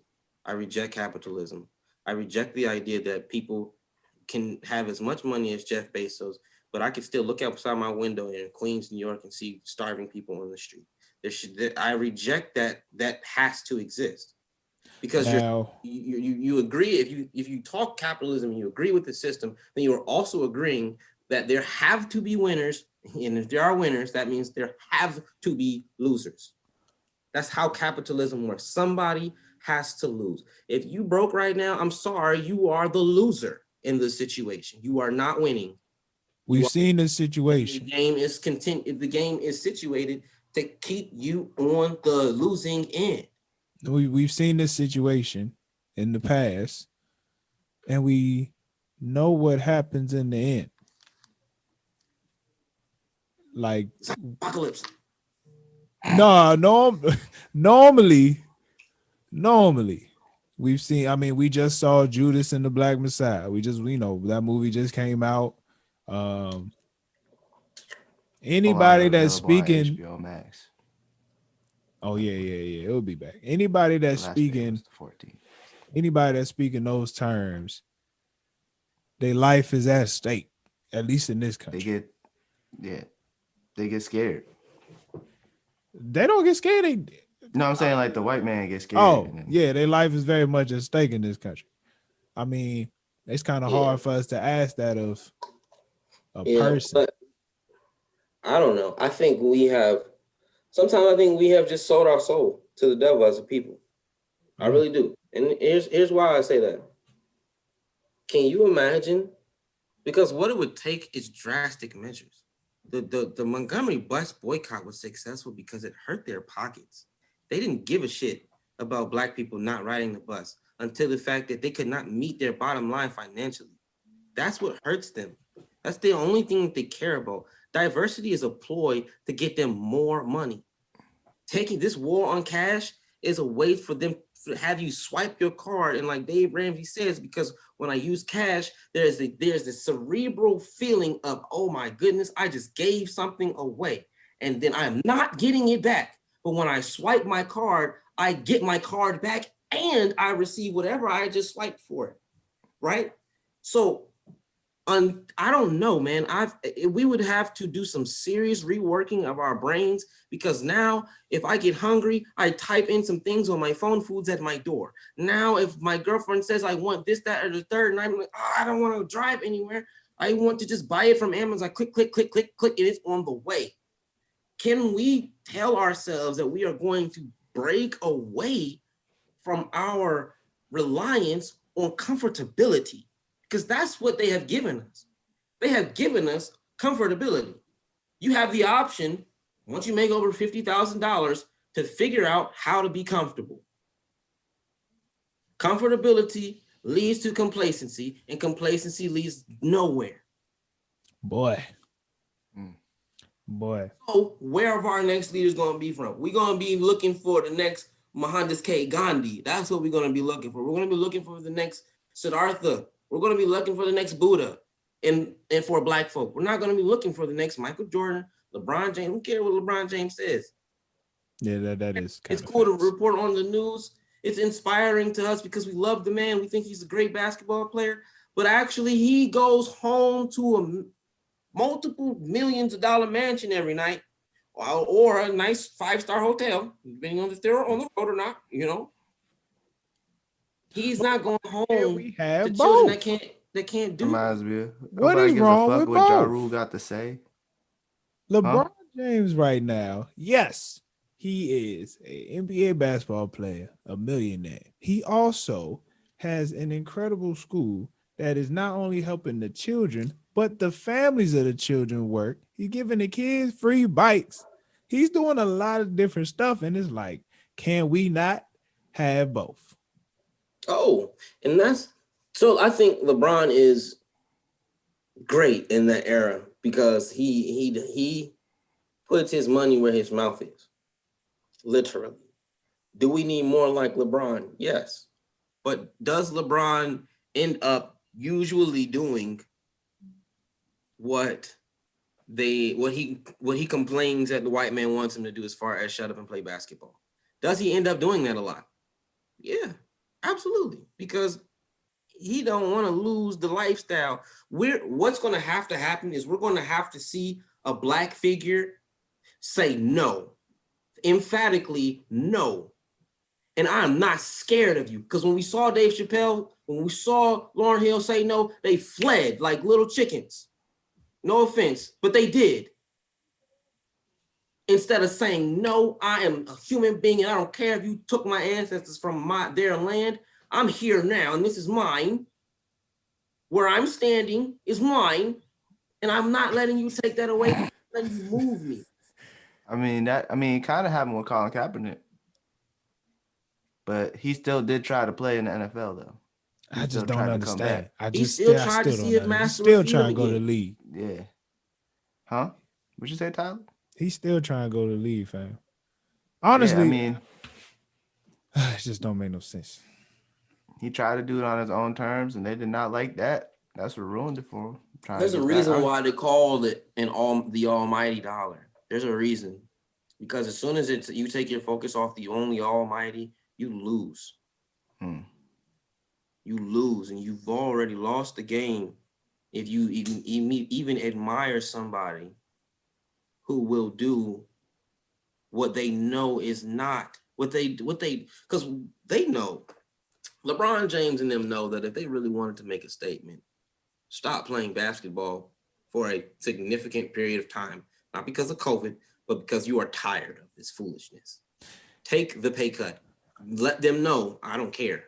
Facts. Let them know I don't care. We're gonna need it but it can't just be LeBron, because they will close ranks around him and say, okay, we're gonna Colin Kaepernick your ass, and your voice will be limited to your social media platforms. LeBron got a lot of things in place now, though. I mean, if anybody could do it, it's him. If any league could do it, it's the NBA. It's the NBA. It's the only league I think they could do it. If the NBA just said, "Yo, we're gonna stop playing until these things are done." I mean, they already tried. I know they tried. They tried with the playoffs, but LeBron wasn't for it though. Yeah, because he wanted to collect that check, and he wanted that ring. For what? Is the ring more important? It's not. You know what I mean? LeBron, if you don't believe that your legacy is already cemented. I think he was thinking about a lot of the younger dudes with the smaller contracts, man. If they all decided to stop playing right there, there's a lot of people that can't afford LeBron's, but that goes back to the whole point, man. We're gonna need somebody that just says, I'm gonna sacrifice it all. Even the dudes with the smaller contracts, the young dudes with the less money contract, they're still making hundreds of $1,000s a year. They still could afford to live a regular, comfortable lifestyle. It's not our fault that they decide to live a lifestyle that they can't afford. I'm just saying. No, it's facts. It's facts. They make more. The smallest contract in the league make more money than me, and I live just fine. So if they can't just take a couple games off for the cause, because I can't afford to stay out of work, You know what I'm saying? But they could afford to stay out of work and let their voices be heard. It comes down to that. Yeah, man. So I think Well, damn. at the end of the day, like I said, man, the almighty dollar is the enemy, and we're gonna need a leader that rejects the dollar, rejects it, doesn't need it.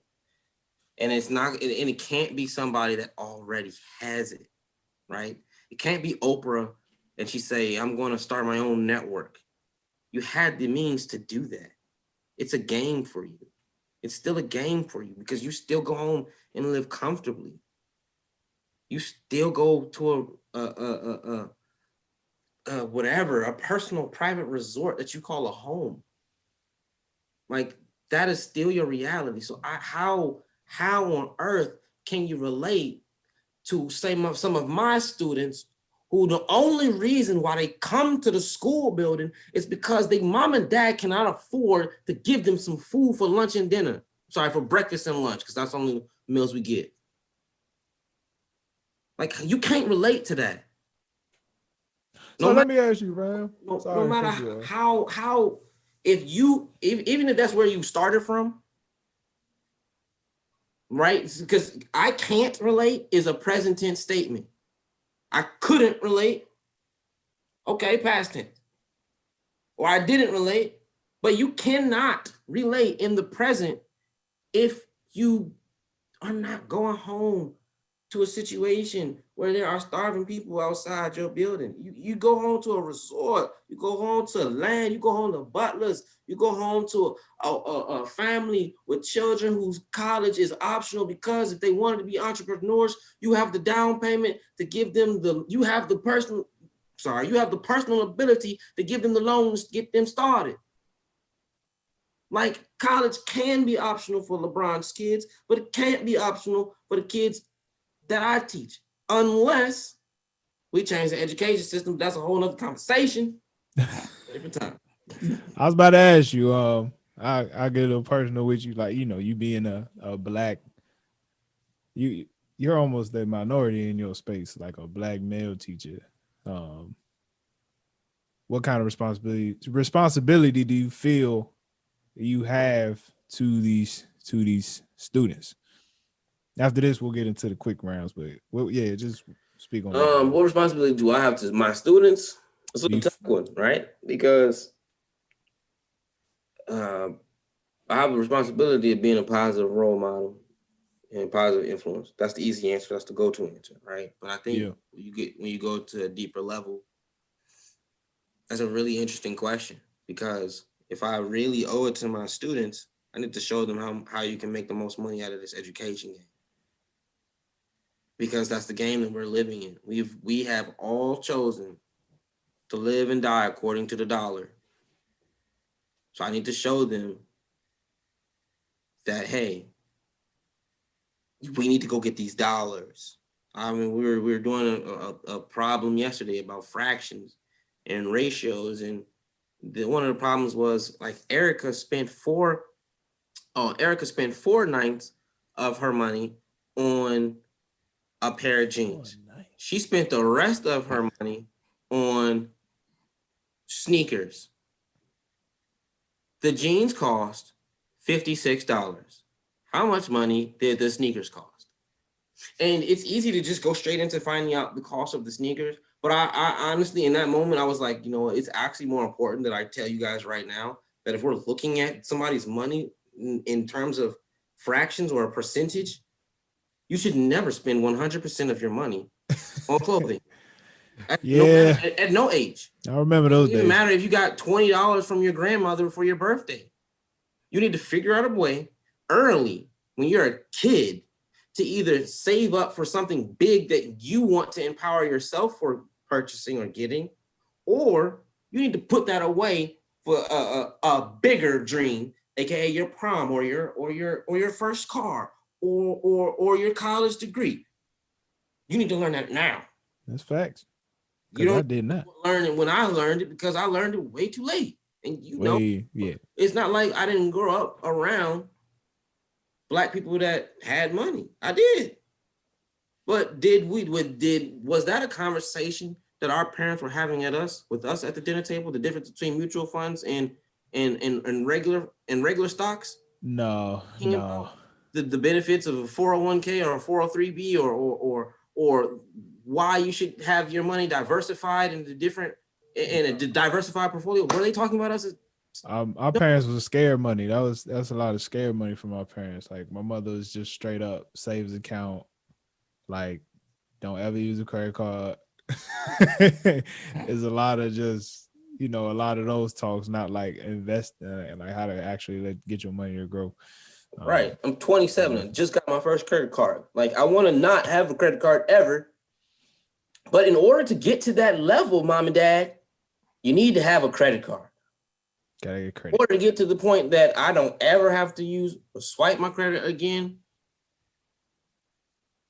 I got a 0 credit score because I ain't got no lines of credit.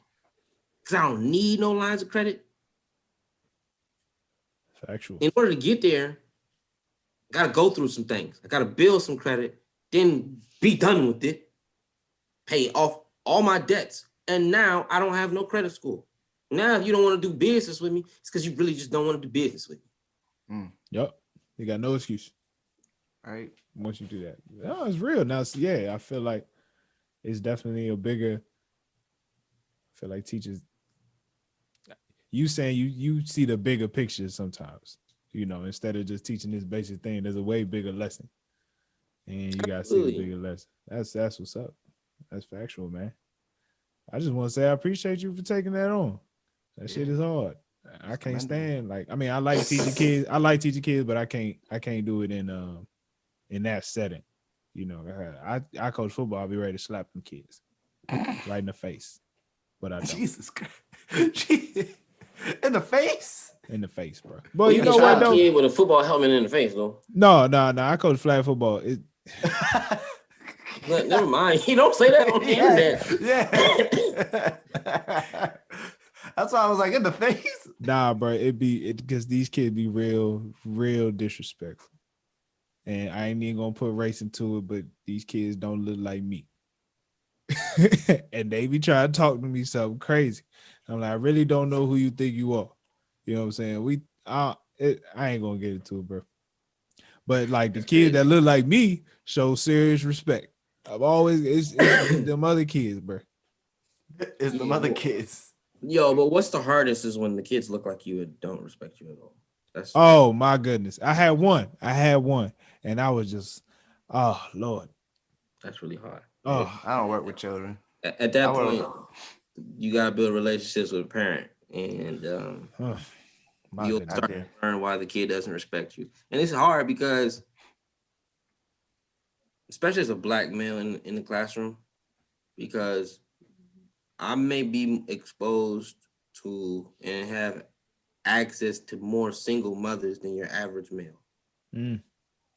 Facts. And what I have seen is single mothers that have been shaded by their baby daddy talk down about their baby daddy to the children, and the children inherit that as, especially if their daddy is a black man, the children inherit that as, or take that in as there's something wrong, or there's something off, or there's something to not be trusted about black men.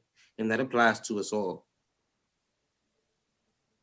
And that's like we just gotta do better. We gotta do better. We gotta do better. It's gotta come down to our generation of men, man, for real. Our generation of men has to get it right. Because if those of us that are 35 to 23 do not get it right by the time we are 65 and 53, something is going to happen in this world that will not be able to come back from.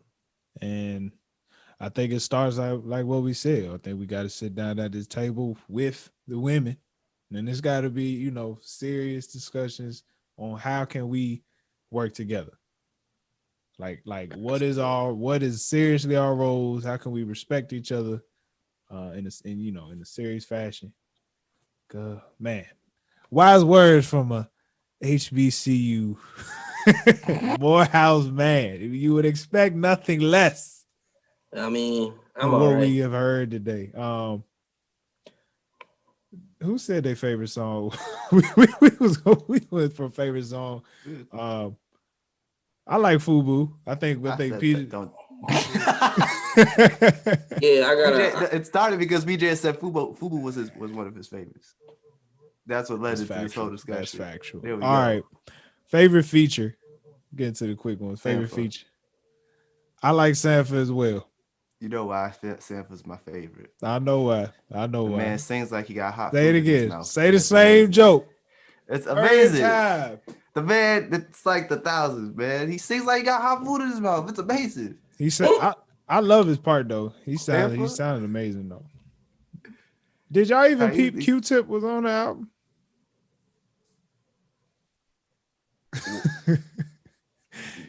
Where? Which song? He's on ode to self-care, Borderline. He's on Borderline. He literally just does like these background vocals, and he got the feature. So Q-Tip is on the album. Q-Tip, The I didn't realize Dream. that. Oh, by the way, Lil Wayne's verse, probably the most vulnerable I've ever heard Lil Wayne in my life. That might be one of his best verses, and it was only like 30 seconds. I literally was just saying it to my fiance. I said that might be one of my favorite Lil Wayne verses of all time. And because he finally kind of let out some frustration, I done dealt with some serious BS that he don't try to tell nobody. You know what I'm saying? So shoot, I'm not gonna give him the favorite feature. I still like Sanford. Sanford, that song is not the same without Sanford. So I'm always gonna pick Sanford. Worst song on the album. I gotta find its name. I'm going with Don't You Wait. I like Don't You Wait. Do you know which one that is? Yeah. Yes, I know which one that is. I like that one. I didn't care for Scales. Really? I like Scale. Yeah. It was just like a big up to the homies. And it was okay. I forgot about that one. That's the last song on the album. That's what I blame. Yeah, exactly. I thought it was the interlude at the end. I like how it ended on Master P though. Yeah. I didn't like Junie too much. Not Junie. What was it? Was it this one? Yeah, I didn't like that one too much. I was gonna say, turn it down. That's what I'm about to say. Take it Turn off. it down. No. Can't do this. Solange, we talk about capitalism. Solange about to come from our Right. pockets. Right. No, it wasn't enough to copyright it. All right, man. So our three for the Women's History Month, we got the three queens. So we got Rhapsody, Cardi B, and Nicki. Where would you put Rhapsody in this song? Where would you put Cardi? Where would you put Nicki? Personally, I'll put Rhapsody on Where We Go. I got Cardi on Forest by Us, and then Nicki on Don't Touch My Hair. Yep. I was gonna put Rhapsody on. That's the same thing I was gonna do, but I was gonna put Rhapsody on Cranes in the Sky. I don't know why. I don't have a reason. By the way, Cranes in the Sky. That sound cool. Cranes in the Sky. She hit that Minnie Riperton note, fam. I really can't see Cardi or Nicki on any feature on this album at all. I just don't think that their vibes match. Well, I can see Rhapsody on Forest by Us though. I respect it. Who is there an artist you wish was on there? We've been struggling with this. An artist that I wish was on it? Yeah, I feel like not. I think it's perfect the way it is. I feel like Janelle. I feel like I could put Janelle Monáe on anything, but Janelle Monáe, I can see being on this. They got a way different vibe though. True. They vibe a little different. Remember, Solange likes men. We don't know what Janelle Monáe. Yo, we really Like don't. Tessa Thompson. We have no idea what She a Janelle fan of Monáe is Tessa into. Thompson. She like Tessa Thompson right now, but what about 2 years, 3 years from now? We don't know. We have no Yeah, we idea. have no idea. I guess that ain't my issue, huh? Dang. Hey, bro, like before, but you know what's crazy? I was like, I had like a celebrity crush on Tessa Thompson, like right before that announcement. I was hurt. When that video came out, I was hurt. Anyway. I love that. I was like, word. This is great. Great to see. I don't know what a pansexual is. You know, I don't know. you know, you do what you want when know. you popping, man. You do what you want. I don't know. I do. I have to say that the new trend on TikTok, the new sexuality called super straight.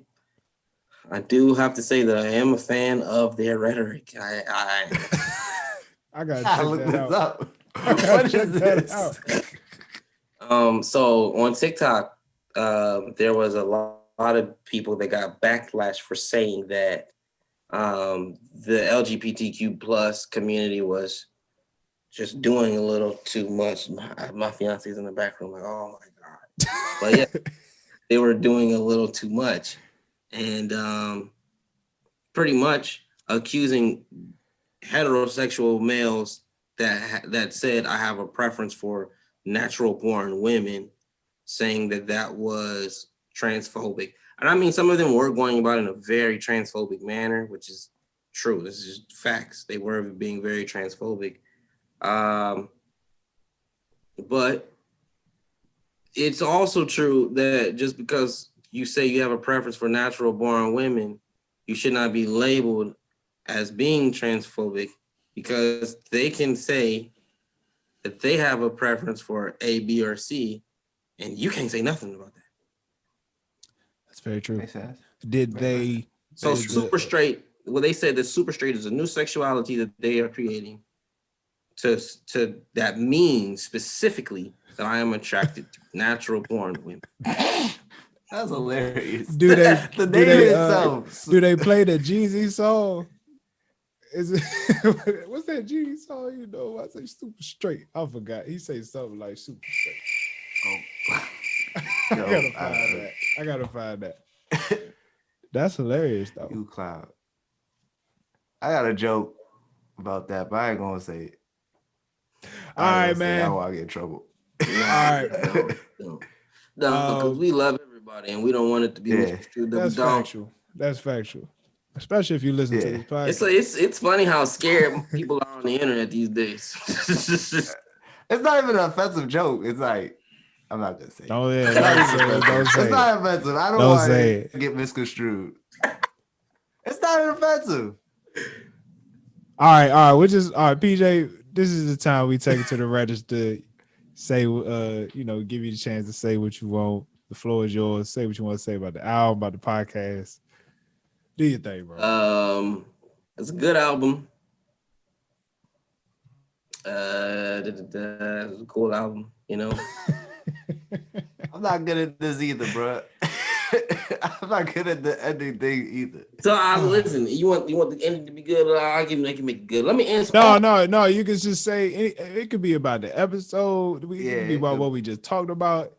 It's just like it's just final. But that's why it's so difficult right there, because you just made it so broad. Make it specific. You know what I'm saying? Make it specific. Pacific. Is there any last words you would like to give to our audience? I'm frustrated. It's going too long. This is so long.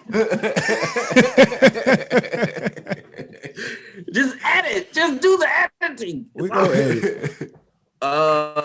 What's it called? Listen, Seat at the Table. Very good album. I suggest you listen to it if you have not listened to it. Solange really be on something. Now, I'll say this. You guys got to check out the No Clearance podcast. No Clearance podcast. I don't know why they made their name sound like a tongue twister, but they wanted to call themselves the No Clearance podcast. Say that 10 times fast. Why don't? No Clearance podcast not going to happen. No Clearance podcast. No Clearance podcast. So, enjoy that marketing tip. If your brand is a tongue twister, your brand is a tongue twister.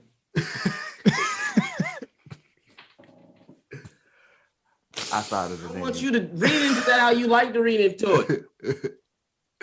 And the next time we do this, the three of us are all going to have legitimate cameras. We will be using a Cisco platform or something like that, so we won't be all grainy in the videos. I don't know what that is. I look at the Microphone. Don't worry. Yeah, I'm gonna produce this shit. All right, excuse my language. Nah, it's cool. I'm gonna produce this when I get to Maryland. I'm telling you guys when. You can't know my travel plans. Yo. There you go, right there. There's your clip. Jay, man. Jay, what you got to say, fam? Just end it, nigga, down. All right. Hey, PJ, I just want to say thank you for coming on. Man, no problem, man. Thanks for having me, everybody. You know, we wanted you as the first guest. You were supposed to be the first guest. We know you had to go flower shopping and stuff. I get it. He's gonna put his business out there in the street. We said it on the episode. Oh, hey, he did say it. He did say it. Oh, yeah, that was. Man, that was But a funny he's episode. he's also talked about my Napoleon complex on this. You know, he didn't think I saw that. He even said, Sammy, I'm sorry, you named me, man. That's too, oh my You could have goodness. just said, I have some short friends and let it go. Put your That's name. too funny. My dog, I appreciate you. Thank you for being a great brother, a great friend over the years. You know, I just thank you for coming on. Shout out to Solange for this project. Shout out to Solange for just representing for Black people, just being a voice for us. Absolutely. Shout out to Hello Fresh. You've been a life changer. Support my man. He just got you. Hey, Hello Fresh. I need the plug, man. Come on, Hello Fresh. I done lost weight because of y'all. Appreciate you, BJ, for coming on. Let me get that. Thanks for having me. Appreciate you. Next time we get together, let's try not to drink each other under the table. Maybe. How about let's do that? Okay. We're not talk. We all have jobs that we have to go to in the morning or at night. We gotta do it on the weekend. I don't drink. This nigga got a ghost. Nixie and Cabinet fail. It's the daggone shit. All right. We out, man. To all my brothers out there, please make it home. To my Black women especially, we love you. It's the No Claims Podcast. Peace.